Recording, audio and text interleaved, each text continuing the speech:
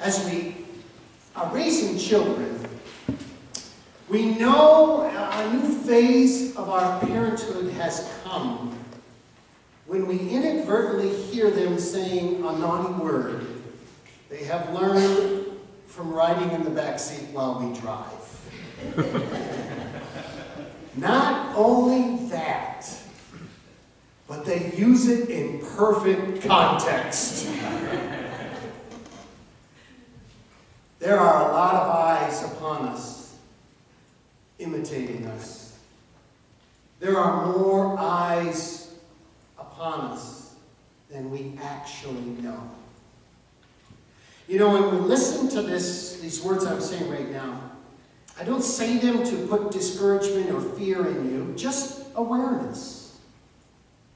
People observe us from afar, as well as nearby. And so it becomes very important for us to know we're representing someone. You know, I did spend a lot of time coaching when I was still teaching back on the west side of the state. And I tell you, we had rules. When you're riding around in the school bus, you represent the school. When you wear a uniform, you represent the school as well as the town that you're playing for. And you want to represent well.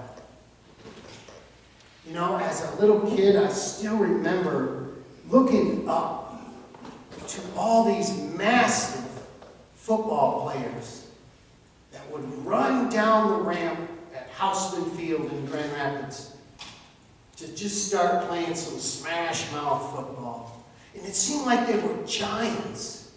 And I so remember thinking, I want to be like them. I want to wear that uniform, and I want to play on this field. I did, too.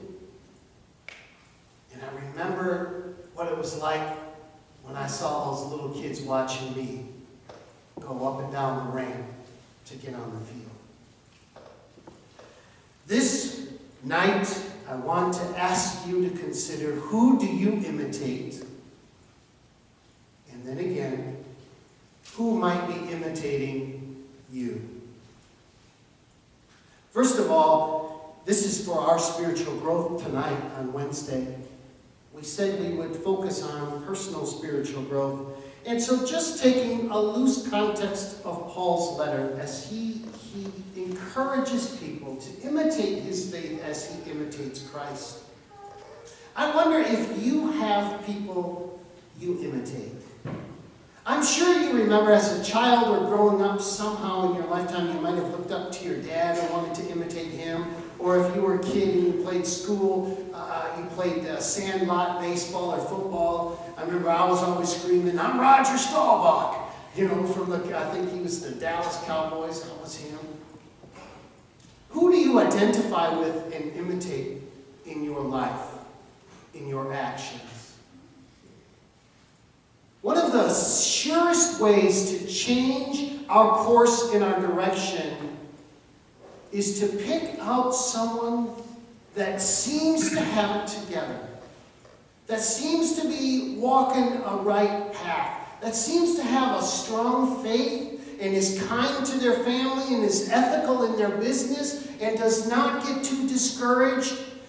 Find the people around you that do this well and imitate them. Start asking them, how do you do this? How do you maintain composure? For me, the easiest thing to identify in other people that I admire is truly their organizational skills. Like a computer, it always fascinates me how some people are so rigidly organized, time structured, everything is in place. I try to imitate them because that would be a little bit of growth for me. You can look in my office and see that I'm not yet successful. But it's not that I don't recognize those skills that I should imitate. We really ought to be able to pick out the winners around us and act like them. Listen, make no mistake, it's very easy to go to a public setting, to go to a public function, to be with a group of people or in a business or an organization, it is very easy to pick out the people you do not want to be like. You see the conflict that's being caused. You see the harm that's being inflicted. So, that's a start. Pick out what you don't want.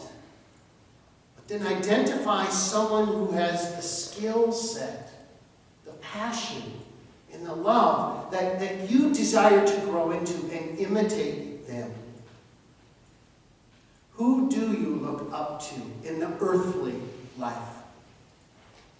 Do you have someone, just think for a second, that you admire? If not, fill in the blank and work toward their example. Ultimately, we're being encouraged to imitate Christ. Well, sometimes that's a hard stretch for us, isn't it? We live in a painful world and things happen.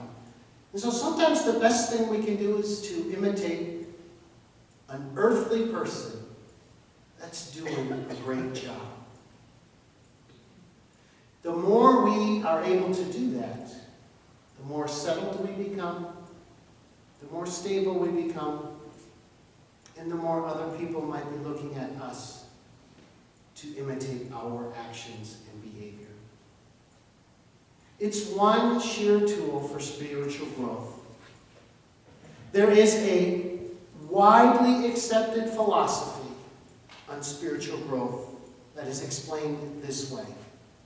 Spiritual growth is like climbing steps. Up, over, up. You know what steps look like.